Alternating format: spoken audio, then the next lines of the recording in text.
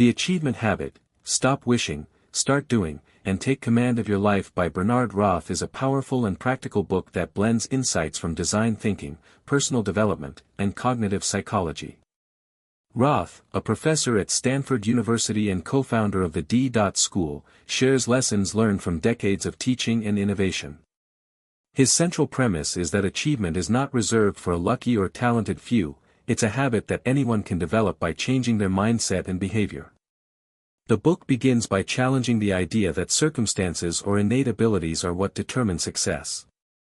Roth argues that many of the barriers people face are self-imposed, built from habits of thought, excuses, and limiting beliefs.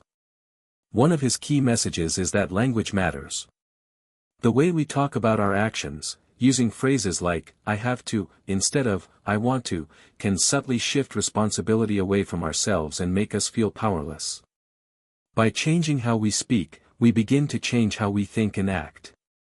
Roth encourages readers to adopt the mindset of a designer. In design thinking, failure is not a bad outcome, it's a necessary step toward better solutions. This attitude fosters resilience and a willingness to try new things without fear of imperfection. He suggests treating life like a series of experiments, test ideas, learn from outcomes, and iterate. This approach takes the pressure off needing everything to be perfect and replaces it with curiosity and action. Throughout the book, Roth emphasizes the importance of doing over dreaming. Many people become trapped in a cycle of wishing or planning without ever starting. Achievement, he insists, comes not from ideas or intentions but from execution. He offers practical strategies for taking the first step, even when motivation or clarity is lacking. Starting small and acting consistently is more effective than waiting for the right time. Another core concept is the idea that reasons are just excuses in disguise. People often rationalize why they can't do something, be it lack of time, money, or talent, but Roth reveals how these reasons are often ways to avoid discomfort or potential failure. When we stop accepting our own excuses, we become free to take action based on what we actually want rather than what we fear. Roth dives into the psychology of self-image and how our actions shape our identity. When we act in alignment with our goals, we begin to see ourselves differently. This positive feedback loop can be powerful. Doing creates believing, which creates more doing. He encourages readers to focus on behaviors rather than internal states. You don't have to feel confident to take action, you just need to act, and the confidence will often follow. A recurring theme in the book is the importance of reframing problems. Roth introduces techniques from design thinking to help people look at their challenges from new angles. Sometimes what we think is the problem isn't the real issue. By questioning our assumptions and exploring alternative perspectives, we can find more effective and creative solutions to the things holding us back. The book also explores the value of setting goals and taking responsibility.